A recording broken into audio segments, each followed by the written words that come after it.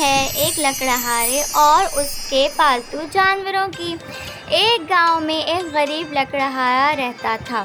اس کے پاس ایک پالتو بندر تھا جس کا نام بھورا تھا، اور ایک طوطا تھا جس کا نام ہریا تھا۔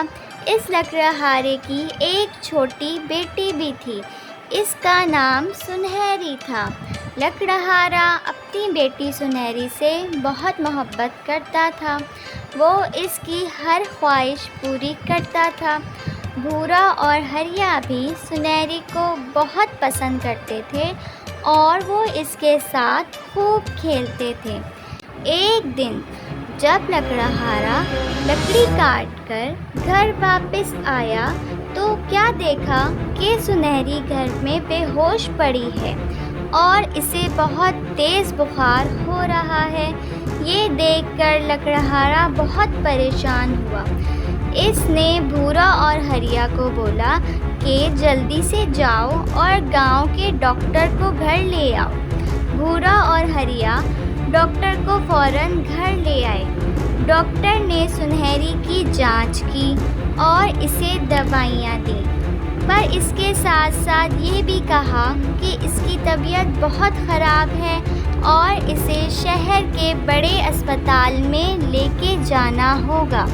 لکڑہارا یہ سن کر بہت پریشان ہوا کیونکہ اس کے پاس اتنے پیسے نہ تھے کہ وہ سنہری کو شہر کے بڑے ہسپتال لے کے جاتا۔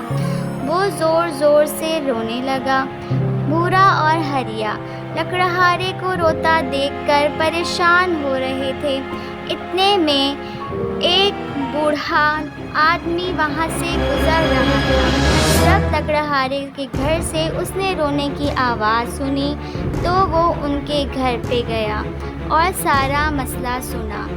اس آدمی نے کہا، دریا کے پار ہے ایک بڑا پہاڑ، کرو اسے پار، پھر آئے گی بہار، ملے گی ایک دھلیری جو بتائے گی کہ کہاں ہے وہ جادوئی پھول سنہری۔ لکڑہارے نے جب اس جادوئی سنہری پھول کا سنا تو فوراً اسے لانے کے لیے تیار ہو گیا، پر سنہری کی حالت ایسی نہ تھی کہ وہ اس کو چھوڑ کے جاتا اور وہ سنہری پھول لے کے آتا۔ لہٰذا بھورا اور ہریا نے کہا کہ ہم وہ سنہری پھول لے کر آئیں گے۔ بھورا اور ہریا دریا تک پہنچے تو بھورا نے دریا پار کرنے کے لیے ترکیب سوچی۔ اس نے بڑے بڑے پتھر دریا میں پھینکے اور ایک راستہ بنا لیا اور دریا پار کر لیا۔ اس کے بعد ایک بہت بڑا پہاڑ آیا۔ ہریا نے ترکیب سوچی، اس نے ایک مضبوط رسی ڈھونڈی اور بھورا کی مدد کی۔ اس نے پہاڑ پر سے وہ رسی نیچے پھینکی اور بھورا بہت آسانی سے اس رسی کی مدد سے پہاڑ پر چڑھ گیا۔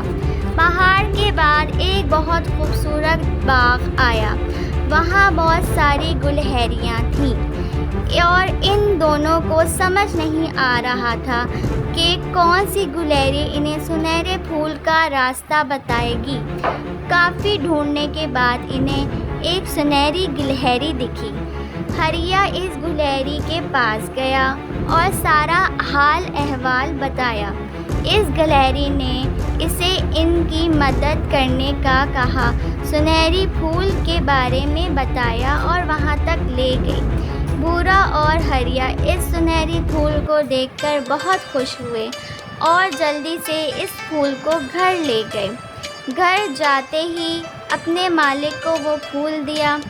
مالک اس پھول کو دیکھ کر بہت خوش ہوا اور بھورا اور ہریا کا بہت شکریہ ادا کیا۔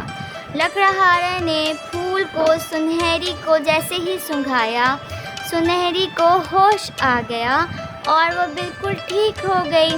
یہ دیکھ کر سب بہت خوش ہوئے اور لکڑہارے نے انعام کے طور پر بھورا اور ہریا کو ان کا پسندیدہ کھانا دیا۔